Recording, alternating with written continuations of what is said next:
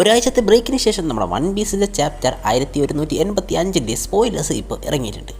ഇതിൽ നമ്മുടെ ബ്രൂക്കിൻ്റെ flash back തന്നെയാണ്, പക്ഷേ ഇതിൽ ഇൻട്രസ്റ്റിംഗ് ആയിട്ടുള്ള ഒരുപാട് കാര്യങ്ങളുണ്ട്. സോ അതൊക്കെ അറിയാൻ താല്പര്യമുണ്ടെങ്കിൽ വീഡിയോ മുഴുവനായിട്ട് കാണുക. അതുപോലെ തന്നെ നമ്മുടെ ചാനൽ ഇതുവരെ സബ്സ്ക്രൈബ് ചെയ്ത് ഏതെങ്കിലും കൂട്ടുകാർ വീഡിയോ കാണുന്നുണ്ടെങ്കിൽ ചാനൽ കൂടി ഒന്ന് സബ്സ്ക്രൈബ് ചെയ്തേക്ക്. എന്നാലും മാത്രമേ ഇതുപോലത്തെ വീഡിയോസ് നിങ്ങളിലേക്ക് കൃത്യമായിട്ട് എത്തുകയുള്ളൂ. എന്നാൽ ഞാനധികം പറഞ്ഞു വെറുപ്പിക്കുന്നില്ല, നമുക്ക് നേരിട്ട് വീഡിയോയിലേക്ക് പോകാം. ചാപ്റ്ററിൻ്റെ തുടക്കത്തിൽ തന്നെ നമ്മുടെ ബ്രൂക്കിൻ്റെ പാസ്റ്റിൻ്റെ ഒരുപാട് മോണ്ടേജസ് ആണ് കാണിക്കുന്നത്. മോണ്ടേജസ് എന്ന് വെച്ചാൽ ചെറിയ ചെറിയ ഭാഗങ്ങളായിട്ട് കാണിക്കുന്നുണ്ട്. ഇതിൽ നമ്മുടെ ബ്രൂക്ക് നമ്മുടെ കാനലിൻ്റെ കീഴിൽ വർക്ക് ചെയ്ത സമയവും അതുപോലെ തന്നെ കാനലിൻ്റെ കൂടെ ട്രെയിനിങ് ചെയ്യുന്നതും ഇതുപോലെ ഒരുപാട് കാര്യങ്ങൾ ഇത് കാണിക്കുന്നുണ്ട്. പിന്നെ നമ്മുടെ പ്രിൻസസ് ഷുറിയുടെ കൂടെ നമ്മുടെ ബ്രൂക്ക് ടൈം ചെലവ് ചെയ്യുന്ന കാര്യങ്ങളും മോണ്ടേജസ് ആയിട്ട് കാണിച്ചിട്ടുണ്ട്. അതുപോലെ തന്നെ നമ്മുടെ കാൻഡിൽ നമ്മുടെ ബ്രൂക്കിനോട് എനിക്ക് പ്രിൻസിനെ ഇഷ്ടമാണെന്ന് പറയുന്ന ഒരു സീനും ഇവിടെ കാണിക്കുന്നുണ്ട്. പിന്നെ നമ്മുടെ വേൾഡ് ഗവൺമെൻറ്റിൻ്റെ ഒരു ഷിപ്പ് വരുന്നുണ്ട് എക്സ്പേരിയ കിങ്ഡത്തിലേക്ക്. ആ ഷിപ്പിലാണെങ്കിൽ ടെൻറി ബീറ്റോ എന്ന് പറയുന്നൊരു ക്യാരക്ടർ കൂടി ഉണ്ട്. ഈ പേര് ശരിക്കും പ്രൊണൗൺസ് ചെയ്യേണ്ടത് ഇങ്ങനെയാണെന്ന് തിരിഞ്ഞിട്ടില്ല. ഈ ഒരു ക്യാരക്ടർ ആരാണെന്ന് എനിക്ക് അറിഞ്ഞുകൂടാ. ഇനിയിപ്പോൾ ഒരു ക്യാരക്ടർ ആണോ എന്ന് പോലും തിരിഞ്ഞിട്ടില്ല. ഈ ഒരു വിസിറ്റിന് ശേഷം നമ്മുടെ കാൻഡലിന് നല്ല രീതിക്കുള്ള ഒരു അസുഖം വരുന്നുണ്ടെന്നും ഇവിടെ പറയുന്നുണ്ട്. എന്ന് വെച്ചാൽ കുറേ ടൈമിലേക്ക് കാൻഡലിൻ്റെ അവസ്ഥ വളരെ മോശമായിരുന്നെന്നും ഇവിടെ പറഞ്ഞിട്ടുണ്ട്.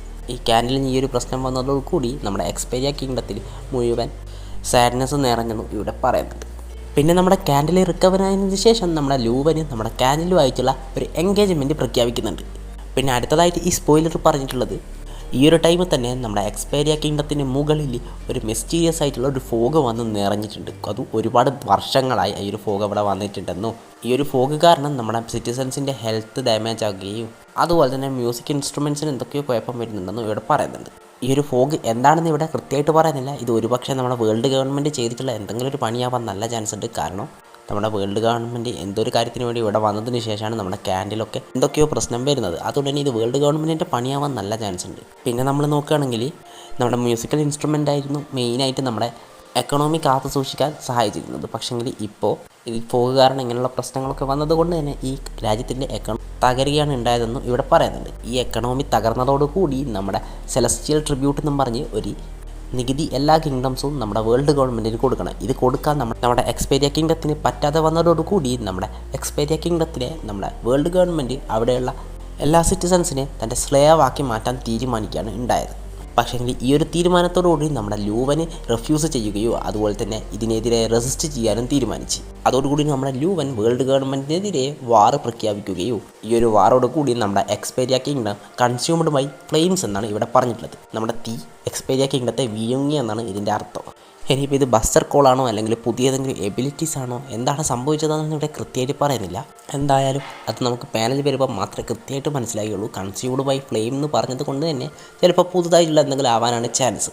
ഈ ഒരു ടൈമിൽ നമ്മുടെ ബ്രൂക്ക് അയ്യറിടത്തേക്ക് റഷ് ചെയ്ത് വരുന്നുണ്ട്. പക്ഷേങ്കിൽ ബ്രൂക്ക് അവിടെ എത്തുമ്പോഴേക്കും ബ്രൂക്ക് കാണുന്നത് നമ്മുടെ കിങ് ആയ ലൂവനെ നമ്മുടെ ഷുറി സ്റ്റാബ് ചെയ്തതാണ്. പിന്നെ ചാപ്റ്ററിൻ്റെ അവസാന ഭാഗത്തായിട്ട് ഡബിൾ പേജിലായിട്ട് നമ്മുടെ ഷുറിനെയും ലൂവനെയും ഡെവിൽ വിങ്സും ഹോൺസും ഉള്ളതായിട്ടാണ് നമ്മുടെ ബ്രൂക്ക് കാണുന്നത്.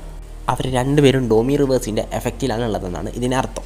സോ നമ്മുടെ ഷുറി നമ്മുടെ ലൂവനെ സ്റ്റാബ് ചെയ്യുന്ന സമയത്ത് നമ്മുടെ ഷുറിനെ ആരോ ഡോമി റിവേഴ്സ് ചെയ്യുന്നുണ്ട്. ആരോ അല്ല, നമ്മുടെ ഇമൂസാമ തന്നെയാണ്. പക്ഷേ ഇമൂസാമ ഒന്നെങ്കിൽ അവിടെ ഫിസിക്കലി പ്രസൻ്റ് ആകണം, അല്ലെങ്കിൽ മറ്റാരുടെയെങ്കിലും ബോഡി കൺട്രോൾ ചെയ്തിട്ട് അവിടെ വരണം. ഇപ്പോൾ നമ്മുടെ വേൾഡ് ഗവൺമെൻറ്റിലൂടെ വന്നതിൽ ആരെങ്കിലും അങ്ങനെ ഉണ്ടോ എന്ന് ചോദിച്ചാൽ മെൻഷൻ ചെയ്യുന്നൊന്നുമില്ല. ചാപ്റ്ററിൽ ഒരു പക്ഷേ നമുക്ക് കാണാൻ കഴിഞ്ഞേക്കും. ഇനിയിപ്പോൾ ഞാൻ കഴിഞ്ഞ വീഡിയോ പറഞ്ഞതുപോലെ തന്നെ നമ്മുടെ കാൻഡിൽ ഒരു പക്ഷേ നമ്മുടെ ഹോളി നൈറ്റോ അല്ലെങ്കിൽ വേൾഡ് ഗവൺമെൻറ്റിന് വേണ്ടി വർക്ക് ചെയ്യുന്ന ആളോ ആവാൻ ചാൻസ് ഉണ്ട്.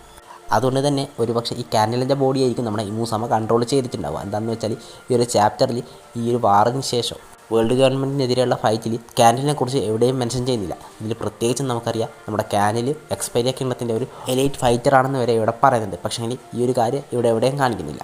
അതുകൊണ്ട് തന്നെ കാൻഡിൽ എക്സ്പേരിയ കിങ്ഡത്തിനെ ബിട്രേ ചെയ്തതാവാൻ നല്ല ചാൻസ് ഉണ്ട്. സോ ഇത്തരം കാര്യങ്ങളാണ് നമ്മുടെ ഈ ചാപ്റ്ററിൻ്റെ സ്പോയിലർ പറഞ്ഞിട്ടുള്ളത്. അതുപോലെ തന്നെ അടുത്ത ആഴ്ച ബ്രേക്കാണ്. സോ നിങ്ങൾക്ക് ഈ വീഡിയോ ഇഷ്ടമായെങ്കിൽ നമ്മുടെ ചാനൽ സബ്സ്ക്രൈബ് ചെയ്ത് ആ ബെല്ലൈക്കൻ എനേബിൾ ചെയ്ത് ഓൺ നോട്ടിഫിക്കേഷൻ സെറ്റ് ചെയ്ത് നോക്കുക. മറ്റൊരു സമ്മതിച്ച് കാണുന്നവരെ ബൈ ബൈ.